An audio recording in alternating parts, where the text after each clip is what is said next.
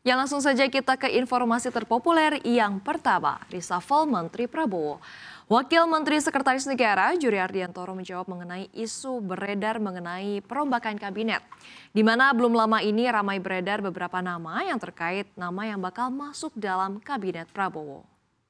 Ketika ditemui oleh wartawan, ia enggan berkomentar lebih jauh dan menolak menjawab pertanyaan terkait isu reshuffle di tubuh pemerintahan Presiden Prabowo.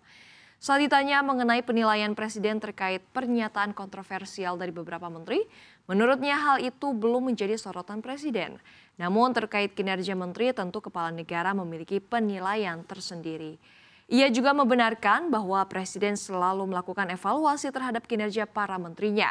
Sebelumnya, Kepala Kantor Komunikasi Kepresidenan Hasan Nasbi mengungkapkan informasi terkait perombakan kabinet masih isu spekulasi dari pihak eksternal. Namun ia tidak menampik bahwa Presiden bisa saja melakukan perombakan ketika dibutuhkan.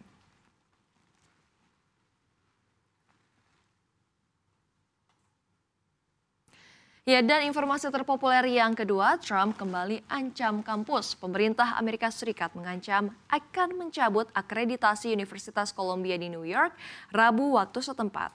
Hal ini karena universitas itu dituding mengabaikan pelecehan terhadap mahasiswa Yahudi. Ancaman ini merujuk ke pendanaan federal dan prestisnya universitas tersebut. Sebelumnya langkah keras diambil pemerintah Donald Trump ke Universitas Harvard. Ia menuduh sekolah Ivy League yang bereputasi baik itu melanggar perlindungan judul V. Hal ini mengacu pada Undang-Undang Nasional yang melarang penerima dana federal melakukan diskriminasi atas dasar ras, warna kulit, atau asal negara. Setelah serangan teror Hamas pada 7 Oktober 2023 di Israel, pimpinan Universitas Columbia bertindak dengan ketidakpedulian yang disengaja terhadap pelecehan mahasiswa Yahudi di kampusnya. Pencabutan akreditasi Columbia akan menyebabkan universitas tersebut kehilangan akses ke semua dana federal. Mahasiswa yang kuliah di universitas tersebut juga tidak akan dapat menerima hibah dan pinjaman federal untuk biaya kuliah.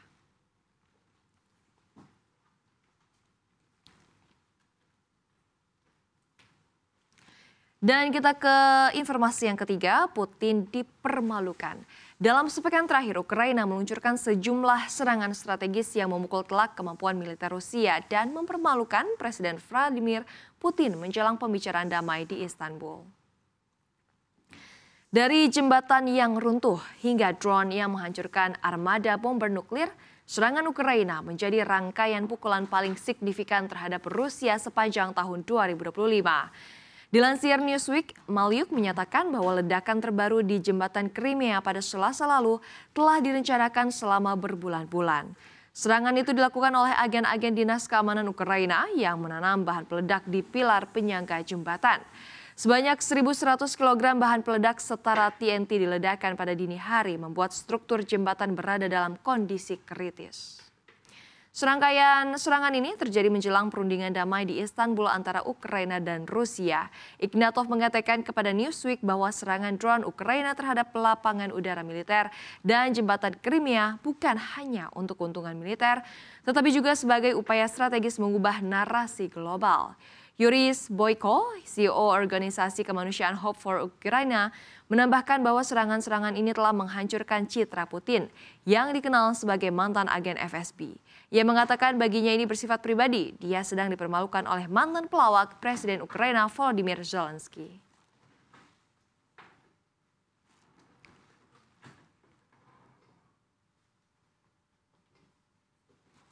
Ya, dan informasi terpopuler yang terakhir adalah 12 negara dilarang masuk ke Amerika Serikat. Presiden Amerika Serikat Donald Trump resmi menghidupkan lagi kebijakan larangan perjalanan yang semula ia buat di jabatan pertamanya pada tahun 2017 hingga tahun 2021. Proklamasi ia tanda tangani Rabu malam waktu setempat dengan melarang masuk orang-orang dari 12 negara.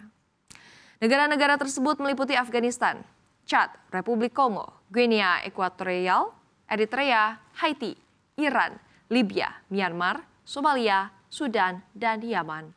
Selain itu akan ada pembatasan masuk dan pengetatan untuk warga dari 7 negara lain, yakni Burundi, Kuba, Laos, Sierra Leone, Togo, Turkmenistan, dan Venezuela.